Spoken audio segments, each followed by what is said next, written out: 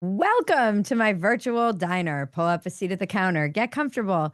Most shows talk about the people, and I talk to them. This is Real America with me, Bridget Phetasy.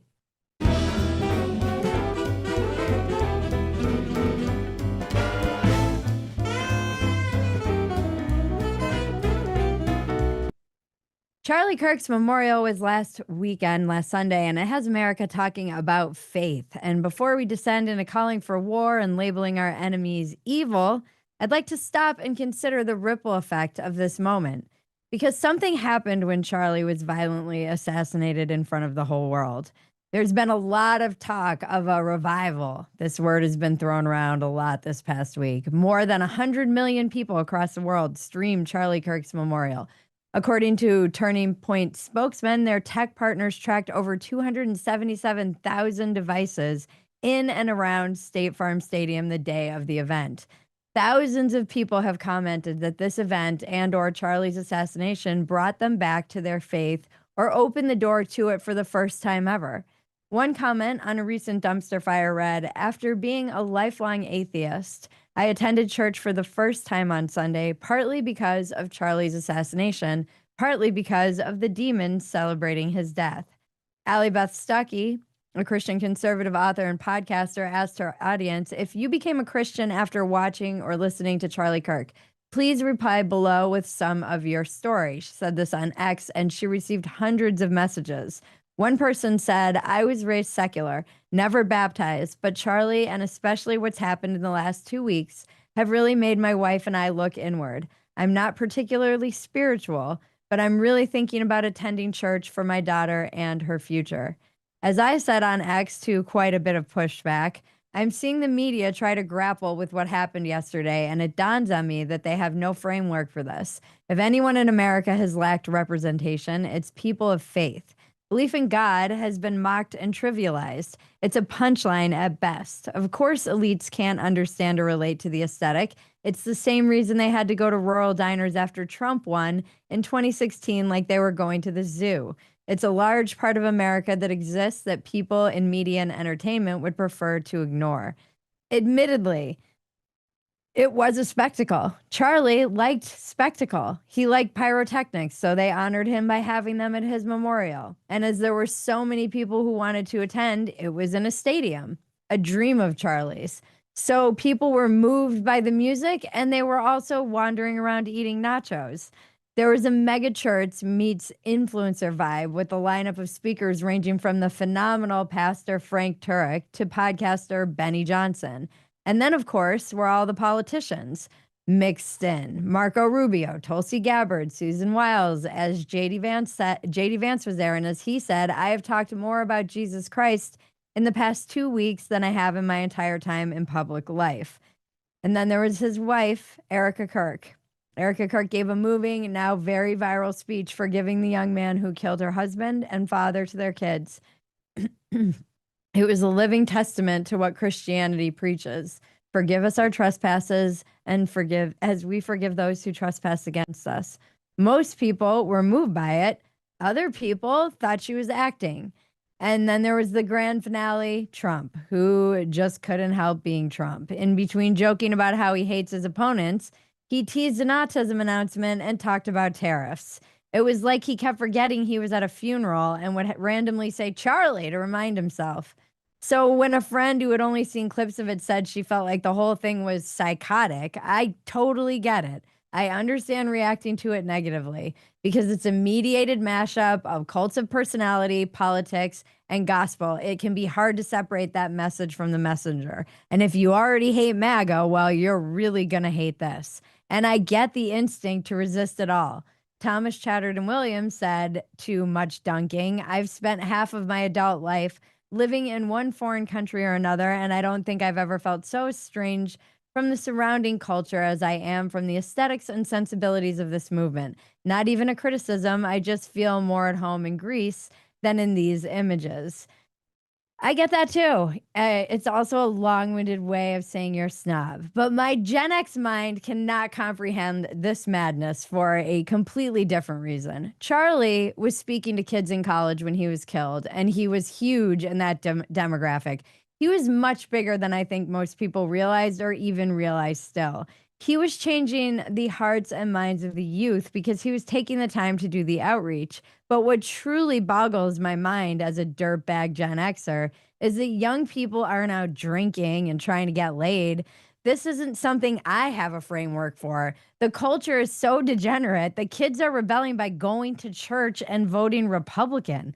This is new, it's crazy, but it also says a lot about what's going on in America right now. And Charlie was doing the work. He was reaching out to these kids. He was a living example of the ideals this country was built upon, but more than that, he was converting hearts and minds to Christianity. Politics and faith are woven into the fabric of our nation. Charlie knew how to parse this and use it to inspire young people, to give them meaning. Navigating the intersection of faith and politics requires wisdom and restraint, which Charlie had in spades. When faith informs politics without dominating it, it can inspire ethical governance and compassion. But when either seeks to control the other, the results can be exclusionary or authoritarian, as we've seen in the past. Millions of people have also been hurt by the church, and historically, we've seen many religious wars that continue to play out today. So, again, I get people's kind of aversion to it. I've dealt with this myself in my own long journey with faith, which I'm not going to bore you with right now. Faith and politics will continue to shape each other for better or worse and demand ongoing dialogue to foster mutual respect and shared purpose. But this mutual respect was violated when Charlie was murdered. Something broke. I still can't believe it. And I don't think there is a big enough personality to hold this tension quite like Charlie did, because he was truly grounded in his faith. He was able to foster conversations with people with whom he disagreed. He truly believed we were all children of God, and he outsourced that judgment to God. There's something incredibly powerful about the example that he set. And the more I think about faith, the less it makes sense to me. And I'm curious to hear from you. What is it? What is faith to you? How do we navigate the intersection of politics and faith? How do we bring this nation together? Do we need faith to keep America together? To help me with this conversation, my guest tonight is Ben Howe. He's the author of The Immoral Majority: Why Evangelicals Chose Political Power Over Christian Values. He's also a dumpster fire contributor and editor, and he makes political ads. But first, before we get to it, some quick housekeeping. If you want to be called on, you need to be on Zoom on camera, and you need to virtually raise your hand by clicking the reactions button. If you aren't on Zoom and want to be a part of our virtual live audience right now or in the future, click the link in the description below to get the Zoom link, or go to tway.tv/Bridget Zoom. The Zoom link is the same every week, guys, so save it somewhere. This is your virtual diner. The voice of God you will hear is Cousin Maggie. Hello, everyone. Many of you already know her and are familiar with her. She's my cousin, co-producer. We make a lot of our stuff together, like Dumpster Fire, Walk-ins Welcome, and all the other content you can find at Phetasy.com if you're new to our empire. Maggie will be monitoring, it's a cul-de-sac. Maggie will be monitoring the chat. If you have something to say and you raise your hand, she will privately message you to find out what you'd like to talk about. Maggie's going to help make sure we stay on topic. She might interrupt me or you. We can't guarantee we'll get to everybody, but we do our best. And you have to be on camera, guys, too. This isn't anonymous. The point is to see each other's facial expressions. Everyone knows my number one rule is don't be a dick. So please try and let God be the judge, and everything will be fine. And now, a word from our sponsor, Quest. Guys, in these sad, weird, dark times, also revival times, we should all be taking care of each other and taking care of ourselves. I'm trying to make my health a priority, and that's why I love Quest. Quest simplifies the medical testing process significantly, especially if you're dealing with an HMO like I am. No more waiting weeks for an appointment to see my doctor, and then you have to get a referral, and then wait more time, and then get an appointment with the specialist. Quest offers over 150 of the same tests trusted by doctors, including diagnostics for specific ailments like STDs, chronic conditions like heart, liver, and kidney disease, as well as testing that is almost never covered by health insurance, like fertility and advanced women's hormone testing. Quest also offers broad packages of tests that go way beyond the standard tests you typically get, and an annual medical checkup visit. Concierge medicine and functional medicine doctors charge thousands of dollars for these types of workups, and Quest offers them for the price of a night out on the town. Your health and well being is worth it. We need you here. Visit questhealth.com and use a discount code RealMay25 and get 20% off your purchase. That's questhealth.com, code RealMay25 for 20% off. There's a link in the description below.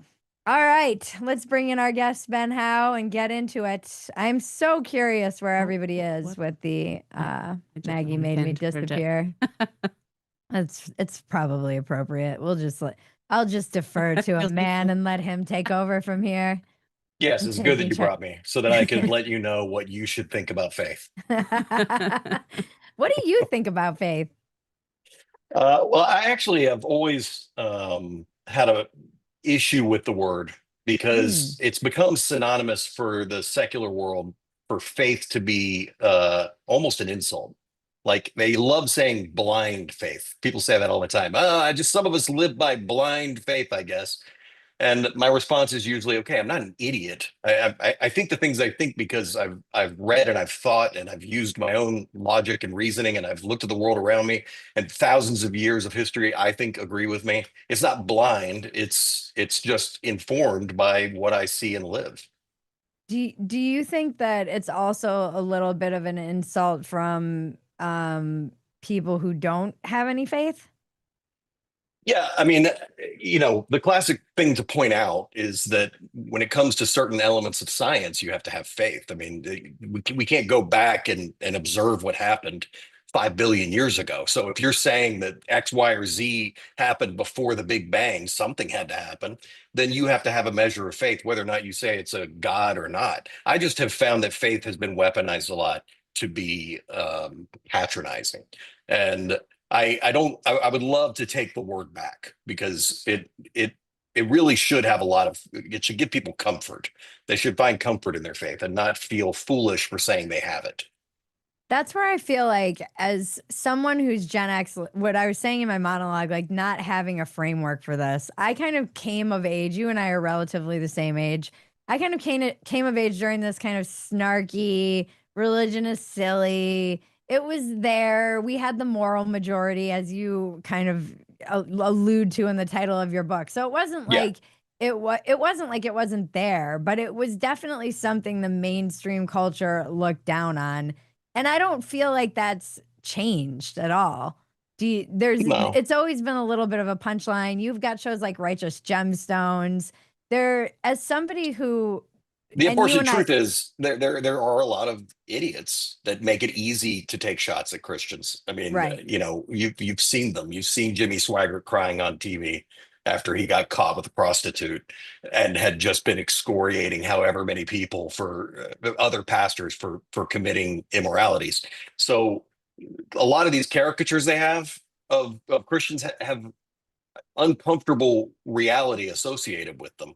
But Well, I yeah, and think then you have everything that's happened and come out in like the Catholic Church that was, yes. we also came of age during the time when Sinead O'Connor was probably one of the earliest people ever canceled, and she was canceled for ripping a picture of the Pope on Mhm. national live television, something I'll never forget. Yeah. And was destroyed for that. Like her career was destroyed. She wasn't welcome back on anything.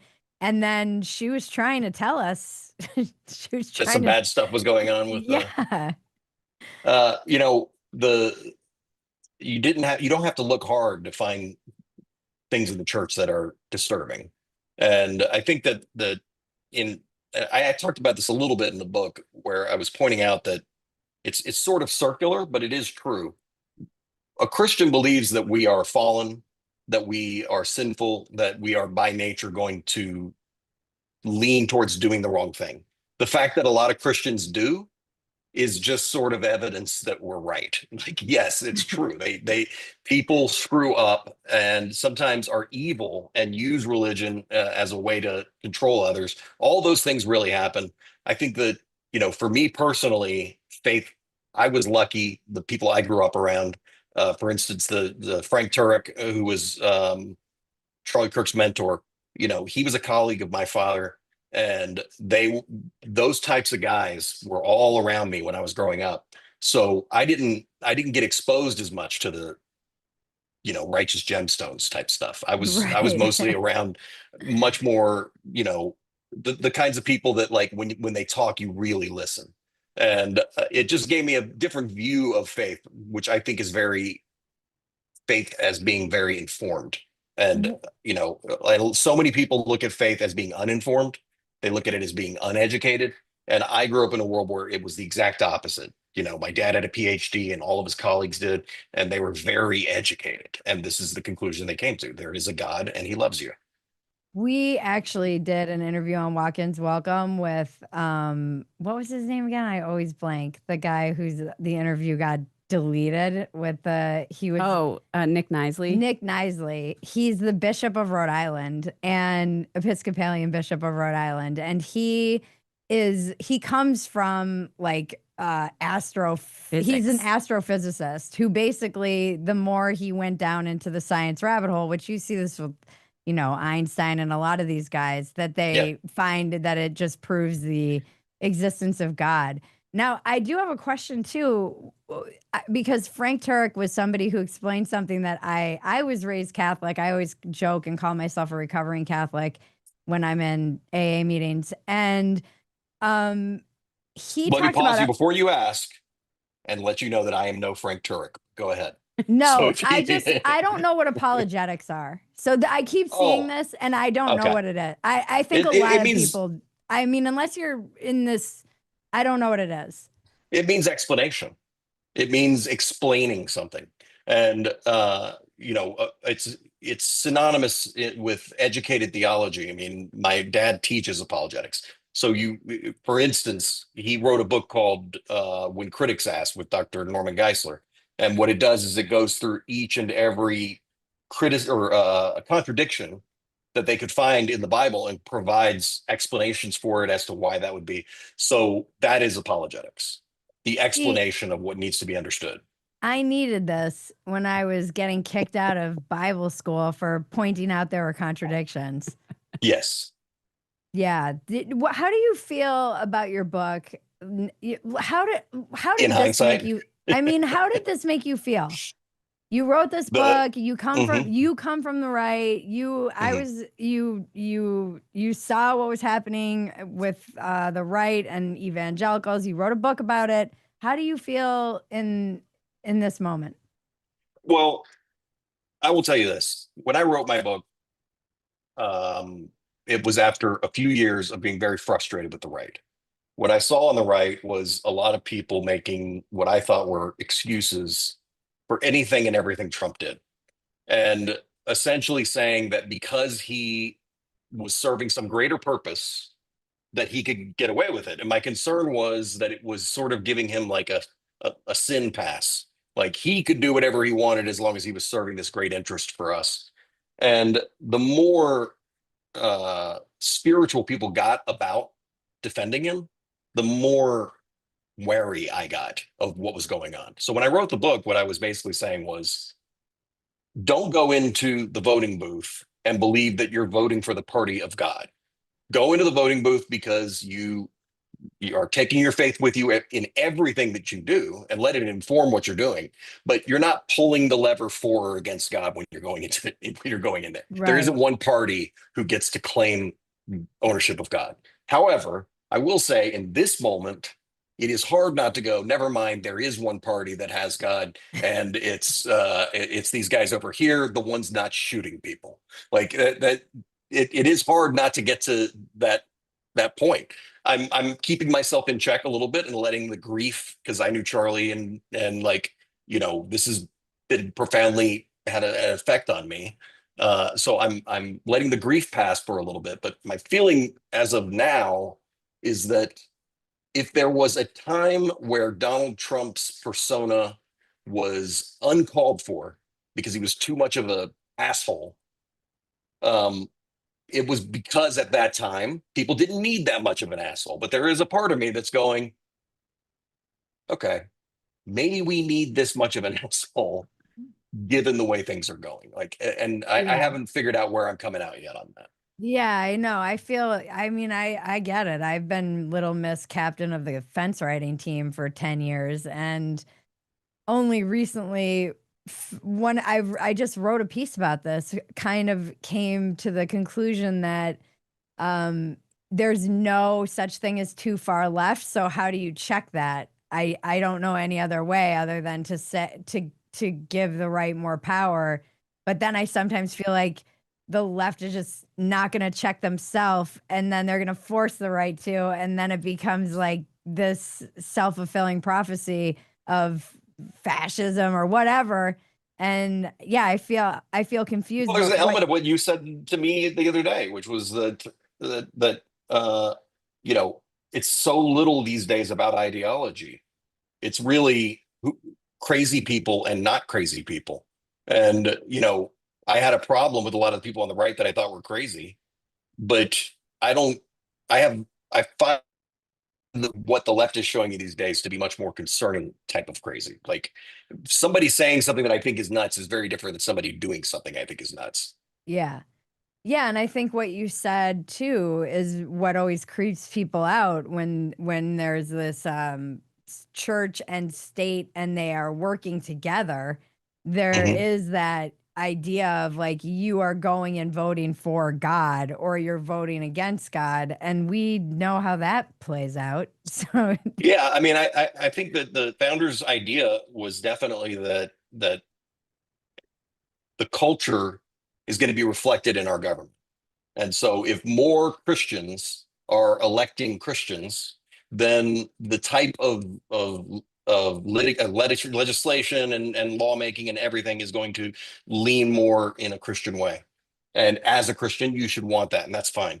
But I think that what they didn't count on was the amount of people who would just use religion and not really believe it, but just use it in order to win an election. And that's where it starts to get dangerous, and why I have cautioned against tying faith too directly to one party is it starts to just become a special interest. It starts to mm. become like the same as any, these guys are the party of lowering taxes and God, and so then that means what? When you're voting for the other party, you're voting against God, I guess. Like it's odd and Yeah. and dangerous, I think. Yeah, and when I think about it, the right was always kind of associated with as the God Party, Oh, even in my actually, you'd be youth. surprised. It was really in the 70s that really started to take off. Like, Mm, first of all, most of the political parties, both political parties and everyone, were more directly faithful publicly in the decades past. But in the 70s was about when a lot of the what you think of as the modern political evangelical sort of came onto the scene. And part of the reason they came onto the scene was because Jimmy Carter was very much a Southern evangelical. He was a Christian and was known for his faith, etc. But Jerry Falwell and a lot of the other pastors that formed the moral majority were like he does not represent us. He does not mm, represent what they believe was the moral majority. That was when the very first, like, when I was doing the research for the book, that was one of the first times that I could find where the same thing we heard in 2016, how people would say anybody but Hillary. They were saying that about Carter. right. And I think it was Falwell actually who said, I'd vote for the devil himself if he was the VP, as long as it got Jimmy Carter out of office. And I think that's a little crazy.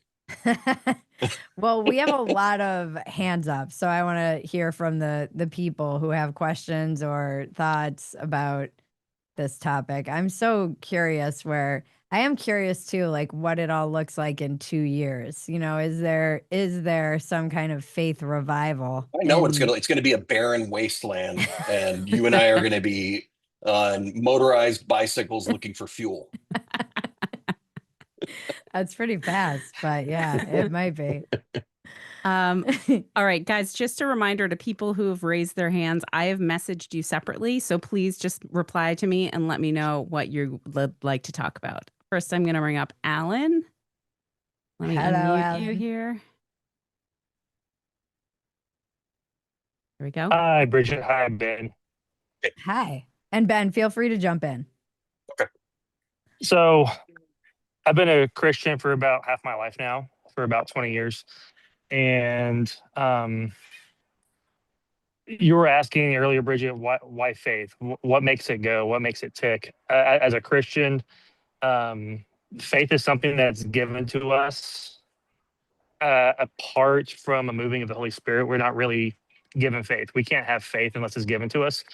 We can go through like rituals and stuff thinking that we've been raised this way or this is like the moral thing to do. But for a lot of us, it's not something that's given to us. That's why they call it a free gift. That's why grace is a gift. There's I don't know, like as Christians, we're supposed to kind of accept, I'm trying to look for the word, accept like teasing, persecution. We're told to expect it. Jesus said himself that the world hated me. What do you think they're going to do to you? That's a really bad paraphrase, but that's essentially what he told his followers. And with faith being put down by prevailing culture, it's like it's always weird. Like you guys brought up earlier with the righteous gemstones kind of thing and the televangelist. Like I'm not a megachurch guy. Like I go to a church that has 300 people and it feels big to me. Yeah. I'm not used to big church settings. And so, and that's probably pretty rare for somebody who's a Christian in Dallas, Texas, because it seems like everybody goes to a mega church. But the why faith matters is that what Ben was saying, like there are things that give you reasons to believe and to hold on to that faith. There's an apologist and a Bible scholar from Canada named Wesley Huff. I think he's been on Joe Rogan recently. And he talks about like the concrete evidence, the concrete transcripts that we have of the Bible, knowing that no, we can have trust that this came from the first century, this came from the author. We can believe in these things that were passed down in the scriptures because we can trace it all the way back and we can trust the language. And I think, I guess through my meandering and rambling, and thanks for having me on. Thanks for coming on. I really think there's like this revival going on because people have had their faith weaponized against them, saying, "Oh, you should be meek and mild. You can't get angry about anything." And I think for a lot of people they're fed up. They're not going to be quiet anymore, whether that's about their political belief or about their faith. Like I never really knew of Charlie Kirk. I knew of his name. I watched the South Park episode, and that was my exposure to Charlie Kirk. And then when he was killed in a previous town I lived in, which is still crazy to think about, it was, I don't know, like I started watching his stuff and like this guy who was killed was talking more about his faith than he was talking about politics. Yeah. And for me, that's just like they're gonna kill us anyway. Why not just go out doing it? Being it who just they're gonna kill us. Just be who you are, kind of thing. Yeah, be true to who God made you, really, and how Do God you made you feel a real like you've person. had to hide who you are? And in the corporate world, yeah, 100% has to go along with all the stuff that goes on in June and all the things that a Christian probably would not agree with lifestyle wise. But you just grin and bear it, just say, okay, yeah, this is great, while you're dying on the inside slowly. But like in some parts of the country that I've lived in, they've always asked, why do you believe? And there's been some derision with that, and kind of like say, well, I'm not one of those kind of Christians, and sheepishly lying, not letting them know, no, I am one of those Christians. I believe the Bible is true. I believe Jesus rose on the third day. I believe everything he said. And so I think for a lot of us millennials and some of us, some of the other, Gen Z, I think they're just fed up of just being bullied, and they're just going to just be vocal about who they are. All right. I like that. Do you have kids? I have 2 kids. Yeah. I'm actually at my daughter's softball practice right now. Oh, nice. Yeah. So that's great. Thank you, Alan. Thank you, Alan. Thanks for Thank you, tuning guys. in. Thanks, Alan. I always forget about that stuff because this is where, like, again, my brain is so progressive. Default setting progressive is that it never occurred to me until this moment that people don't agree with like Pride Month.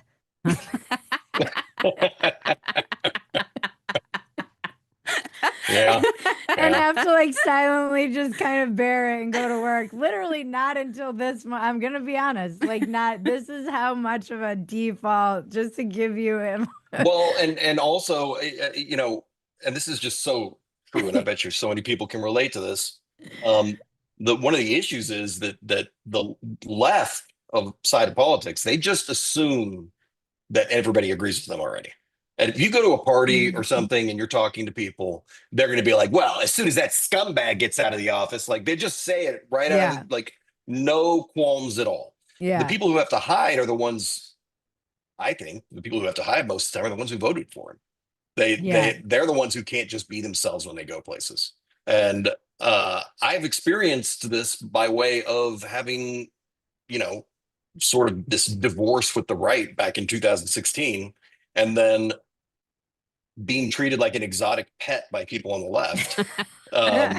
You know, because I was still a conservative, but I was against the Republican nominee. And you know, it was like I was allowed to be a conservative around them, is what it Yeah. felt like. It's like I had some permission slip to Wow. be a conservative. All right, we have a ton of hands raised, so I can't guarantee we're going to get to everyone, guys, but we're going to try. So I might have to keep these short. I'm going to bring up Jen next. Go. Okay. Can you hear me okay? We can. Mhm. All right. Well, I had an aha moment a few years back when I took a course on biblical justice. And there are 3 types of justice in the Bible. Retributive, which is basically that people suffer the consequences for their actions. Distributive, which is a call to help those who are oppressed or poor, downtrodden. Or 3, transformative, which is kind of when God gets his way and the evil that is happening is redeemed and converted, transformed to that which is good and the way it is supposed to be. And I realized that for many Christians who can't imagine not voting the Democratic way, the scriptures that are speaking to them are the ones that are talking about the distributive type of justice that is biblical. You know, that we care for one another, that we feed the widows, take care of the orphans, that we leave the part of the harvest on the edges of the field for the, you know, the poor to come and eat from. And then there are those who are called more to the verses that are the retributive, where, you know, there are consequences for our actions. And when you sin, there's going to be some penalties involved with that. You know, and it just it helped me to understand better how we can all say we're Christian and this is why we believe this. But then we also maybe why we don't understand why the other side doesn't see what we're seeing. Because we're looking at one set of those with a much, let's say, more favorable lens than the other set. So much of what you're talking, that all of it is biblical and all of it is from God. So much of what you're talking about reminds me of Jonathan Haidt's book, The Righteous Mind. Have you read this? I have not. It's brilliant, but he talks about just the different personality types that are generally conservative or liberal, and how one is, and a lot of this has been inverted, especially around COVID. It was very strange. Generally, conservatives are more rule following, they're more respect for authority. Liberals are more, you know, rebellious, and I wonder too if like these different kinds of justice are also, you know, one leans towards one or the other, depending. Could but well it's be. all under the same. But I mean, his point is basically that we're all hypocrites. And we should all start there. Like we should, and we're all looking to like judge people. I could you can see the types of justice you're talking about just in like the differences in churches. You know, you go to one church and they're talking all about hell, fire, brimstone. You go to another church, they're talking about feed the poor, help the needy. You know, and it's just it's almost like the denominations. When I think of Methodists, Yeah. They seem more like distributive. And when I think of Baptists, they seem more like the retribution focused, you know? Yeah, but ultimately, hopefully we all do come together in realizing that what God's desire for justice is, a people that are all redeemed. I like that. Thank you. I can get down with that. Thanks, Jen. Thanks, Thank Jen. you. Thank you. Thank you, Jen. All right. I'm going to bring up Jackie next. I love hearing from the peoples. Let me unmute you here, Jackie. Okay, I'm unmuted now. I had a couple of things I wanted to share. I think people need to have faith in something. And I know there's been a lot written about, the religion of climate change, for example. Right. And all those things aren't going to bring you peace, like throwing soup on a painting, and all Yeah. that stuff isn't really going to do anything for you at the end of the day. So I think a faith in God would be the best option, and it doesn't have to be a blind faith. So I grew up as Catholic, and there's a lot of doubt. You see, obviously, you have the doubting Thomas in the Bible, but then if you look at the saints, a lot of them struggled with their faith, and uh, and all the time.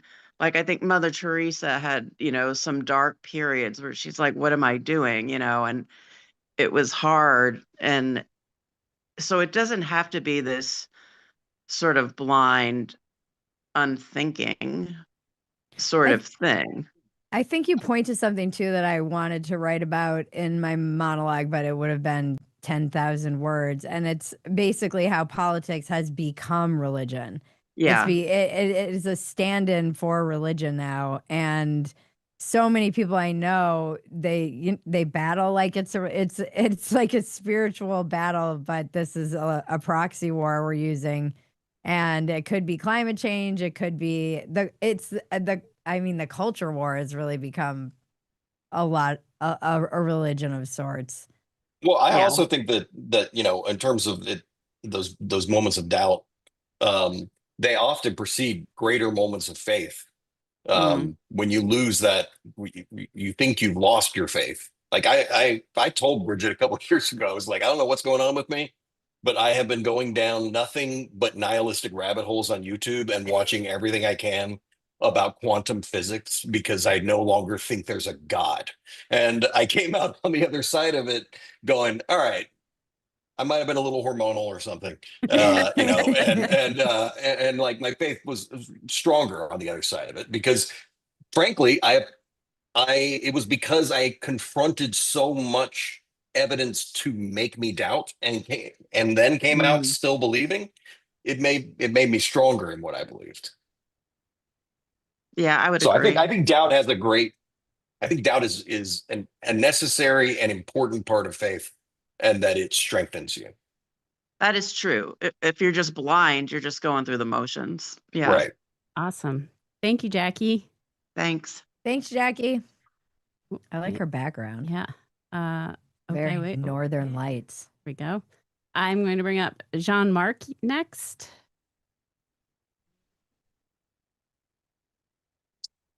Unmute. Hello. There we go. Wait, we can't hear you. We can't hear you, Jean-Marc. There's always How about some- now? There we Yes. go. Yes. Okay. Good afternoon, everybody. Bridget, Ben, thanks for having me on. Big fan of the show, been following for a while, and I feel like there's a similar trajectory from an Xer to an Xer where I started out on the left and have kind of been pulled from left of center to somehow now more right. Yeah. So it's been really, really cool watching you go through this. Anyway, Thank I you. wanted Can I to just talk say today before you about. say anything, I just want to tell you I make ads, and if you don't start doing voiceovers for ads, you're I missing out. know. You know, have- if my email's listed on here, go ahead and shoot me an email. I'd be happy to help. you My do dad have a always told me I've got the buttery- a face for buttery radio. voice. That You can send it to me privately, Jean-Marc. Okay, will do. Will do. So I grew up in the church, and after many years and many books have sort of found myself teetering between agnosticism and atheism. And I now in my 40s land pretty comfortably in agnosticism. And part of it is, me personally, as I start to see the different world religions, they all seem to focus on this vague idea of how not to be a dick, right? Especially the Mhm. Abrahamic faiths. And what I wanted to talk about specifically now is the differences I see in being Christ-like in one's actions as a Christian, and how I see that differing from the Christian nationalist ideologies that tend to cherry pick ideas that suit political or social ends. And I'll give you a for instance. I'm one of those weirdos that likes to use the internet to have conversations with people when I can, one-on-one. And I have a smorgasbord of friends from that I've collected through my years in the military, through my years living throughout the country, and so forth. And some of my evangelical friends have been really, really vocal during this last election, and seeing the kind of things that they post. I'm like, okay, well, I want to engage with you and see, what do you mean by this? And I did the same, during the Biden years with when people posted defund the police. I'm like, okay, well, what do you mean by this? Help me understand. Um, at any rate, so one of my friends and I were talking about the verse in Matthew 25, which is, I was naked and you clothed me. I was sick and you visited me. I was in prison and you came to me. And then the righteous will answer him, saying, Lord, when did we see you hungry and feed you, or thirsty and give you drink? And when did you see the stranger and welcome you, or naked and clothe you? And when did you see the sick person and visit you? And the king will answer them, truly I say to you, that as you did it to me, as one of the least of these of my brothers, you did to me. I butchered that there. I apologize. Cold read. But they want to focus on the section in 40 that says, as you did this to the least of my brothers, you did this to me. And the inference there being, their argument is that meant fellow Christians only. Everybody else excluded from this. Mhm. And I see that mentality that differs between being Christ-like, showing mercy to the poor, showing, sympathy to the widow, and clothing the homeless, feeding the hungry, helping the stranger, helping the immigrant. And then what Christian nationalism does and pushes back against all of these things. I mean, let's take a look at the famous example during Katrina, where that massive megachurch was shut because they just redid the floors and wouldn't take in people as refugees, right? Um, and I wanted to get your take on that, Ben, and how people of Christian faith can reconcile that when there is, to my eyes, evidence of Christian nationalism that is present in the current party and the administration, and a lot of the ethos that's on the outskirts of it that's propelling it into power, and how that differs from what the teachings of Christ really center around. Well, actually, this is like a huge aspect of what I wrote about, because what I was talking about at the time and what I still believe is that there's a fundamental problem with a lot of Christian nationalists, which I fully believe that that is what a lot of people have become. It is the belief that the country, the United States of America, is vital for God's plans. That whatever happens in the future, America must exist. And this gives a lot of Christians on the right over the years, has given them sort of free reign to say whatever we have to do in order to make sure that America continues to exist because God needs us. And there's a fundamental flaw in that, which is that God doesn't need us. God doesn't need America.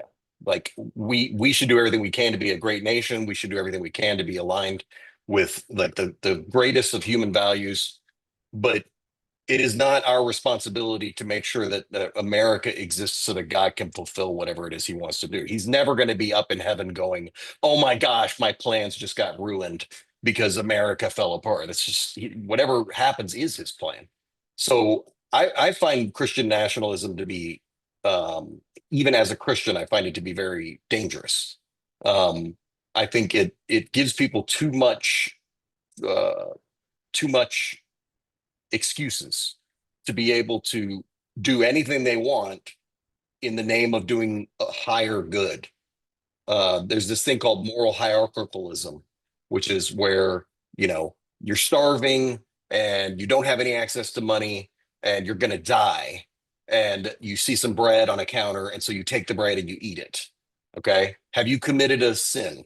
Well, you have, but you prevented a greater sin, which was to just let yourself die when you had a means of saving yourself. So there's this, you know, a lot of people look at things like that. Well, if you put America up at the top of everything, then just about anything you want to do can come underneath it. You could, you know, rape, murder, and steal. And as long as you're doing it allegedly in the name of progressing the United States of America, you're serving God's will as long as you believe God, that the United States has some holy mission. So that was basically what I wrote about.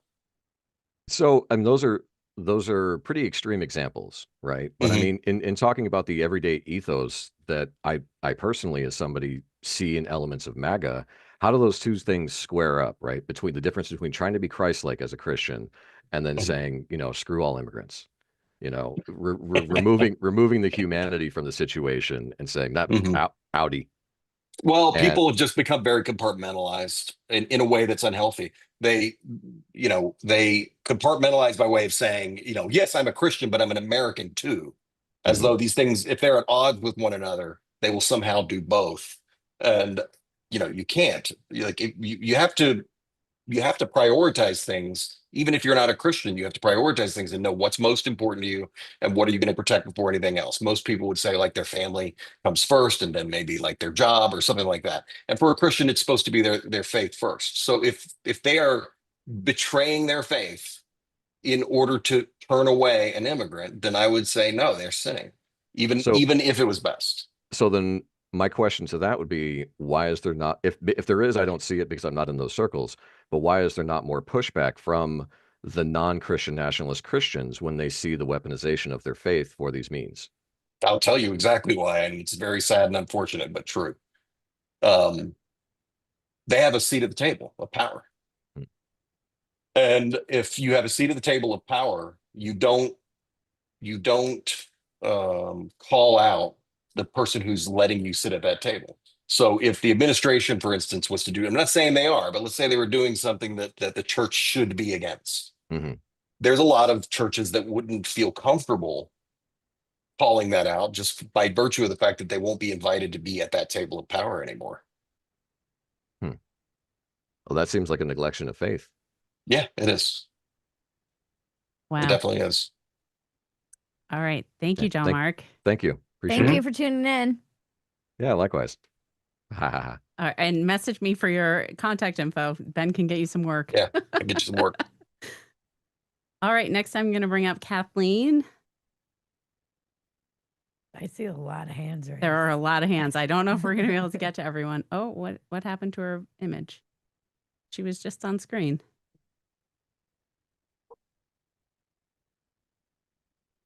Kathleen, can you hear us? All right.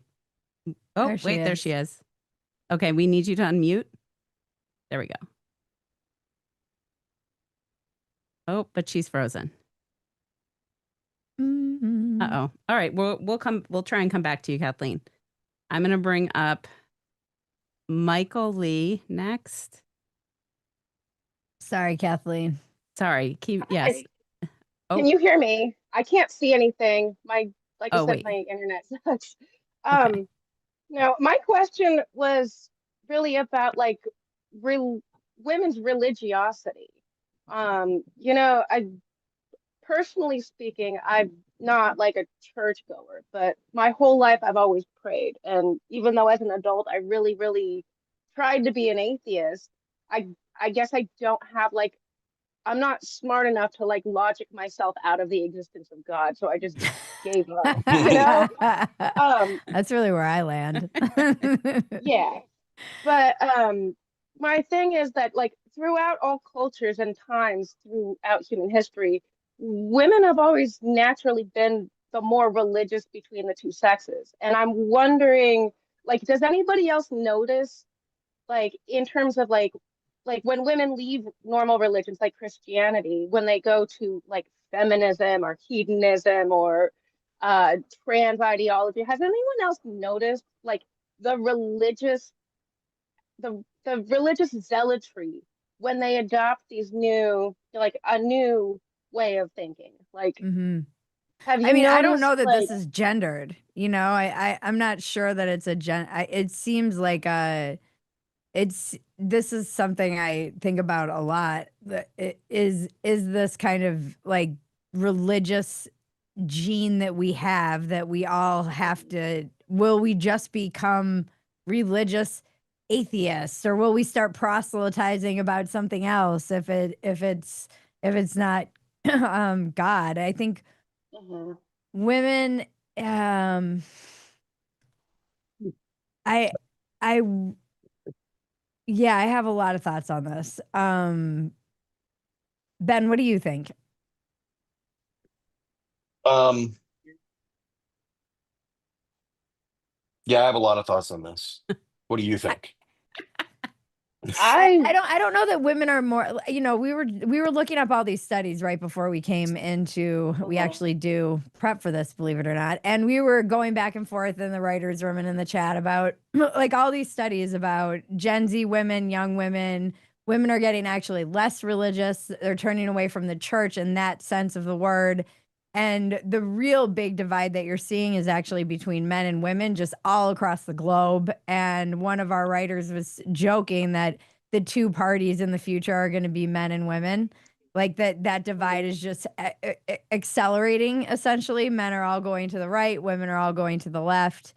And I'm not sure what to make of that. You know, I Yeah, I'm don't. hesitant but I think to say my views on a lot of it because I think I go ahead. think part of that actually speaks to women's religiosity, like our natural religiosity. Like once leftism becomes a woman's new religion, she's the most viciously devout defender and follower of the leftist faith.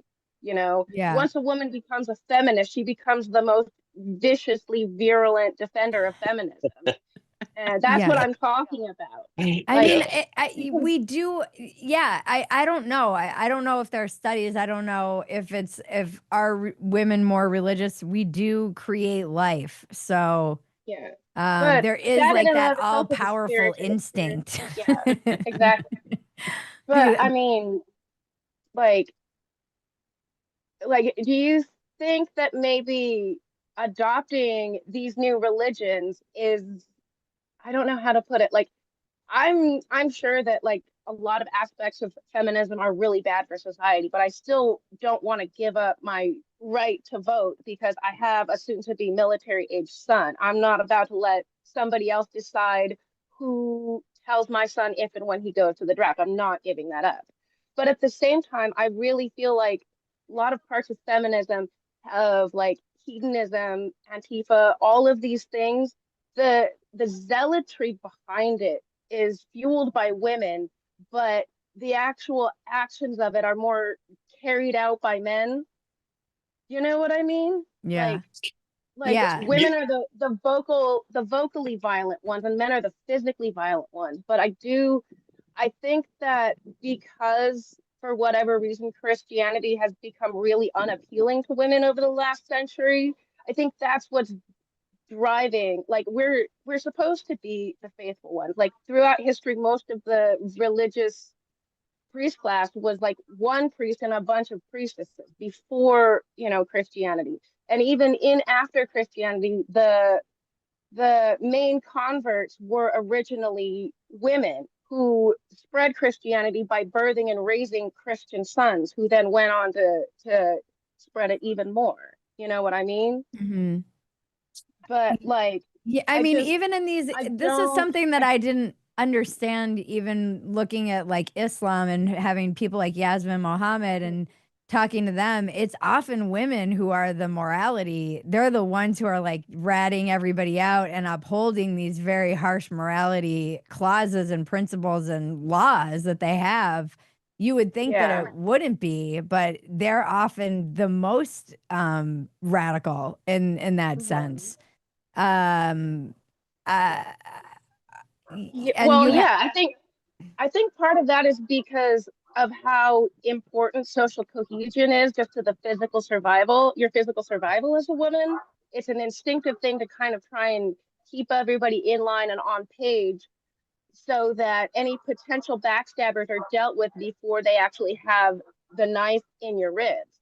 And in order to do that, it requires the guilt, shame, and rallying, but you need a justification for it, which is where religion comes in.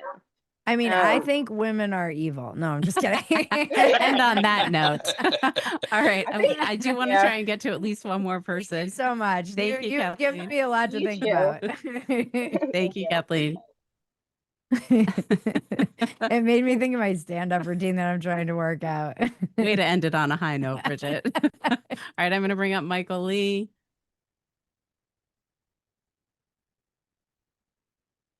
All right, thank you. So my Bridget, God. thank you for hosting this topic. This is my first time here and I heard the topic and I thought, oh, wow, this is so great. I've been thankful today for the curiosity, the humility, and the nuance that we're able to have in this conversation, both with the spoken word here and then in the chat.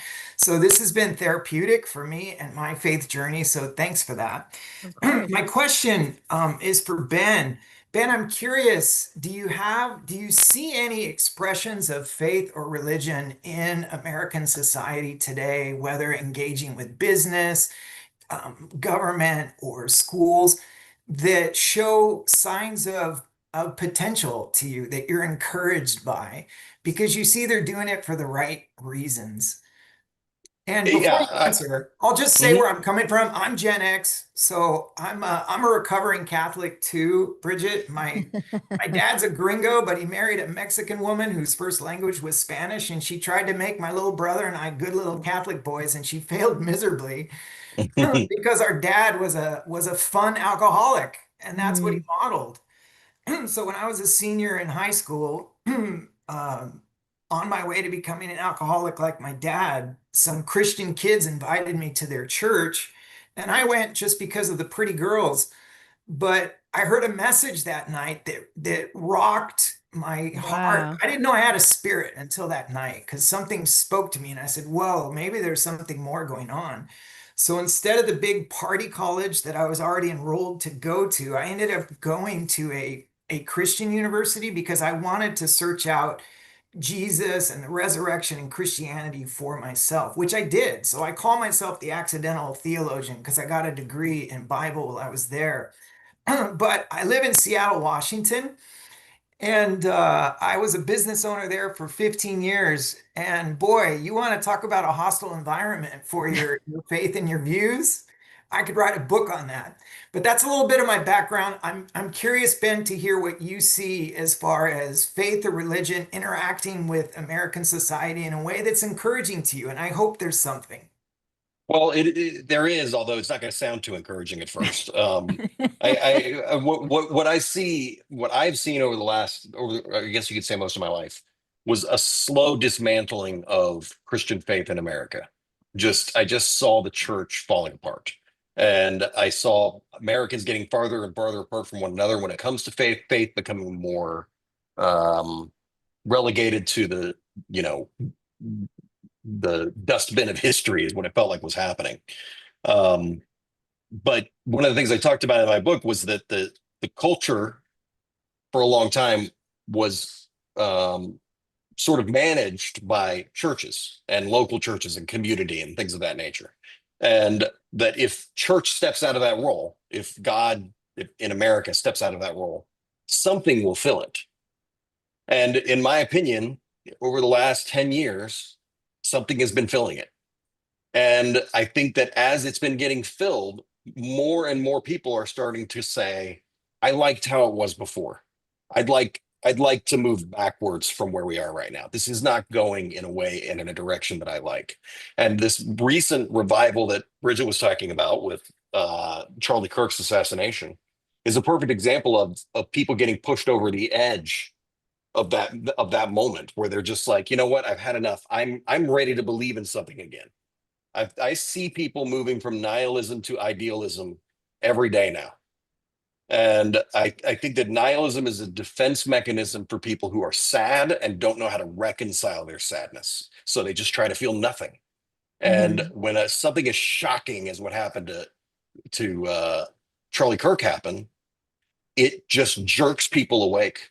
And so in that sense, I think this horrible tragedy has helped highlight for me what I've seen for a long time, which is that the culture had gotten away from feeling good about itself, and I feel like it's starting to move back in a good direction. I mean, even just how many of the videos that we have of his that people can go watch. I saw one just today. I basically watch one every day. And he was talking about how the Holocaust, and somebody said the Holocaust doesn't make them, they lost their faith in God. And he said, well, the Holocaust is like made me lose faith in man. And it was this weird way of presenting it that, again, never occurred to me. Never. So I think, again, even it's like this, his message now, people are tuning into. I mean, I saw a woman, and she was kind of a dyed-in-the-wool liberal who was curious about this person because she'd never heard of him. Because we do have like a siloed media system now that's really intense, and you can have no idea something's going on in another media silo if you're in one silo or the other.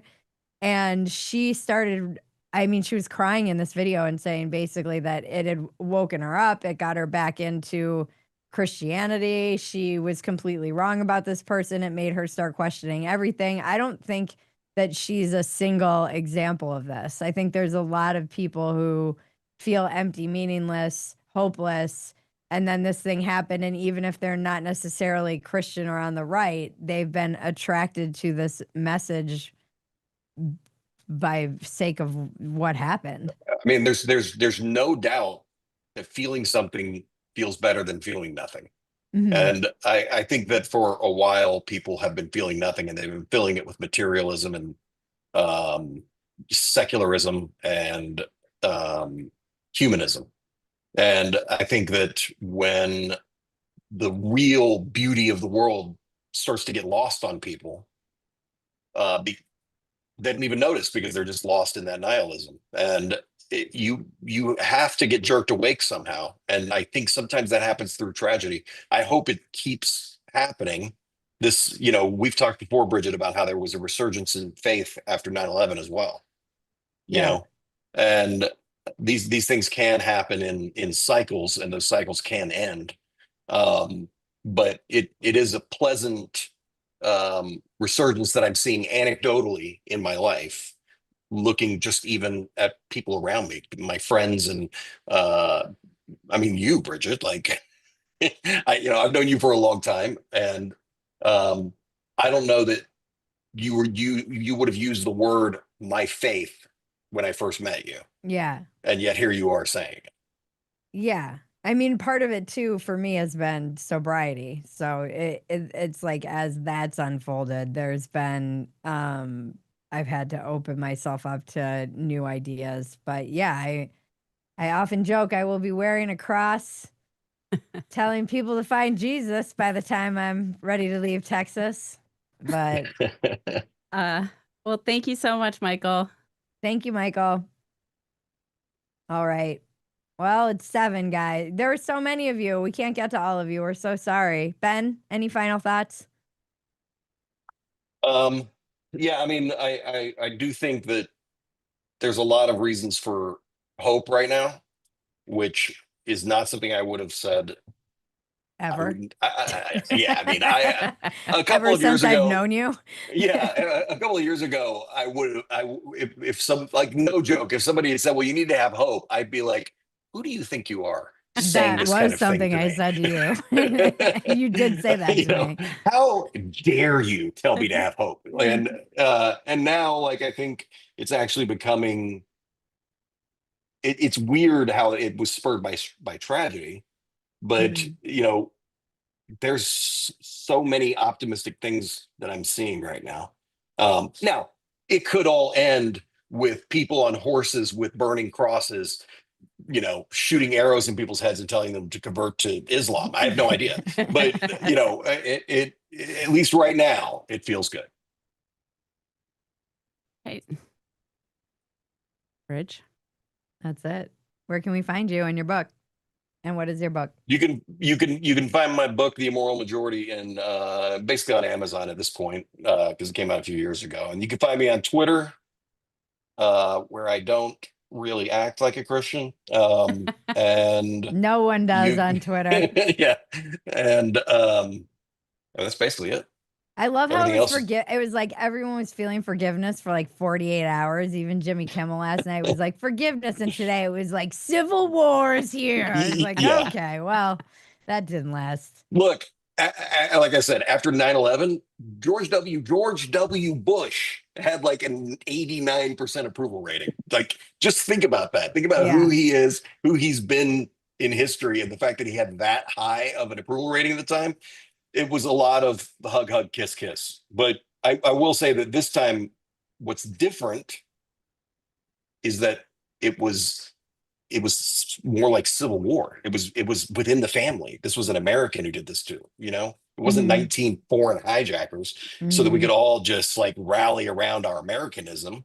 This Right. happened here, and there were a lot of people who celebrated it. Yeah. So, it's just very different. I was just gonna make the most inappropriate joke, and I'm so Like a glad I dozen of them didn't. hit me at once as well. Okay, it's time to pull the plug. I Here's know the Yeah. other thing that I did want to talk about is how hard it is to be a person of faith and earnest and also funny. Uh-huh. Like Yeah. earnestness and comedian, they don't really, it's like not, No, it's and not I'm snarky and like I love nothing more than the perfect insult, which is also not exactly very Christian. Mhm. But like, Yeah, I you like like to roast. Uh-huh. I like to fight, Yeah. and like that's not, you shouldn't like that. I'm not supposed to like that, but I do. Well, we'll need you in the next Crusades. Yeah, they are here. God. All right. On that note, Thank all you, right, Ben. everybody. It's been a whirlwind. All right, let's pull up your end here. All right, everybody. Thank you to our guest, Ben Howe. Thank you to those of you who showed up and asked questions. Awesome discussion. You've given me so much to think about. And thank you to Two Way and their amazing team. Thank you, Maggie. Thank you, Bridget. And thank you, Quest, for sponsoring this show. We can't do this without our sponsor. So visit questhealth.com and use the discount code RealMade25 to get 20% off your purchase. That's questhealth.com, RealMade25 for 20% off.